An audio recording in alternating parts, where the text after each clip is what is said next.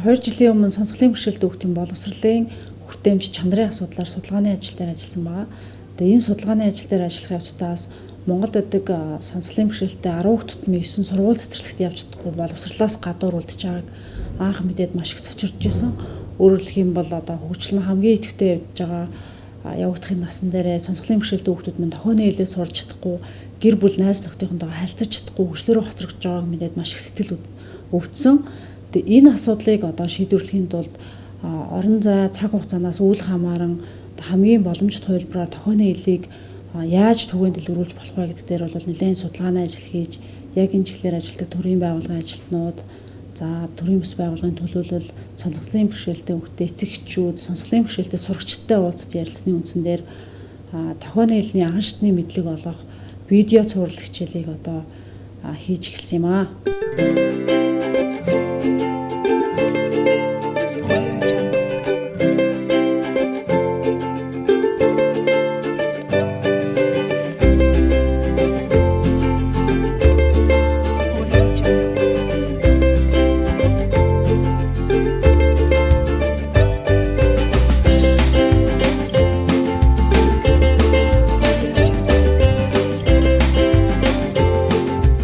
Сандраагүй ер нь бол өмнө нь ганц нэг удаа бичлэгт орж ирсэн болохоор сандарсан юм бол алхахад гээд одоо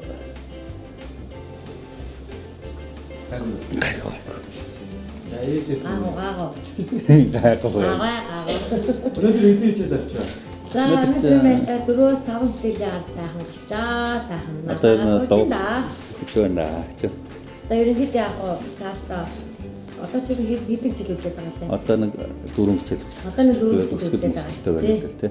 Ерөнхийдөө манай баг хамт олон маань их сайхан ажиллаж байна. Манай хүүхд болохоор сонсголын бэрхшээлтэй. Тэгээд эхнэр бид хоёр хүүхдтэйгээ тэр болгон ойр дотн харилцаж чаддгүй. Яагаад гэвэл миний хүүхд сонсохгүй болохоор тэр бүгдийг нь ойлгуулах гад миний хүү энэ тэр байна, ийм байна, тийм байна гэж хэлийгээд тэр бүх яг ингээл тохионы хэлийг нь мэддэггүй. Тэгээд ерөнхийдөө яг тийм сонсголын бэрхшээлтэй хүүхдүүдийн цэцэрлэгт явуулсан. Тэгээ яг гоо цэцэрлэг дээр нь яг тэр бүх хичээлийг нь заагаад өгдөг. Тэгээд эцэг эхчүүд нь давхар сургалтанд суух ёстой байдгийг хүүхдтэйгээ харьцахын тулд тэгээ нөгөө ажлын цаг зав болдгоо болохоор тэр болгон тэр сургалтанд нь сууж чаддгүй. Харин энэ хичээл гарснаар би хүүхдтэйгээ илүү ойр дотн болж чадсан. Ягаад гэвэл би орой ажиллаад харчаад хүүхдээ гонтуулчаад ч юм уу орой нэг нойр хөрөхгүй үедээ телевизэр дээрээ тавиад хараал үйждэг. Энэ ингэдэг юм байна, тэгдэг юм байна. Өглөө босоод ирэхдээ би хүүхдтэйгээ ингээ ярихад миний хүүхд намайг илүү ойлгодог. Би ч гэсэн ажил дээрээ цаг заваараа, цааны цагаараа ч юм уу нэгсэл нэг амарч авах хугацаанд гарын авлага хараад сурах боломжтой болсон. Гэртээ хараад охинтойгоо сурсан тохионыхаа хэлээр илүү ойлголцдог болсон. За цаашдаа ер нь бол энэ сургалт маань үе шаттайгаар гүнзгийрүүлсэн юугаар шаттайгаар явагдах юм бол өөр хүүхдүүд биднээс ч гэсэн өөр хүүхдүүд маань ч гэсэн эцэгчүүд биднээс маань ч гэсэн ингээ хүүхдүүд маань холбосон юм сайхан өөр өгөөстэй сургалт болох юм байна. Эргийн тойрныхон зүгээр л нэг зүрээд өнгөрөх хүн сайн байна уу гэхэд тэр хүүхд ч өөрийгөө ойлгоно штэ. Над чи хүмүүс байдаг юм байна. Намайг хүн ойлгодог юм байна.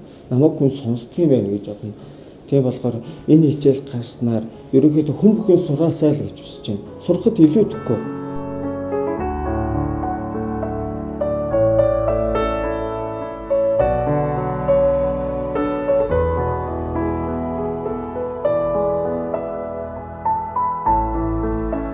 Альва соёлыг хэлээр олгодог.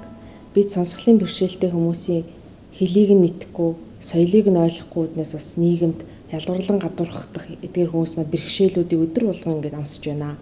Тэгэхээр нийгмийн энэ тэгш бус хуваарлалтыг зогсоохын тулд мөн энэ ялгарлан гадуурхахыг зогсоохын тулд залуучууд бид нар зөвхөн сонсголын бэрхшээлтэй хүмүүс ба түүний гэр бүлийнхэн л тохионы хэл мэддэг, харилцдаг гэдэг энэ уламжлалт бодлыг халахын төлөө хамтдаа энэ тохионы хэлийг суралцаж залуучууд бид нийгэмд байгаа ялгарлан гадуурхалтыг зогсоохын тулд мөн сонсголын бэрхшээлтэй хүмүүсийнхээ соёлыг ойлгож хэлийг сурахын тулд хамтдаа тохионы хэл сурцгаая.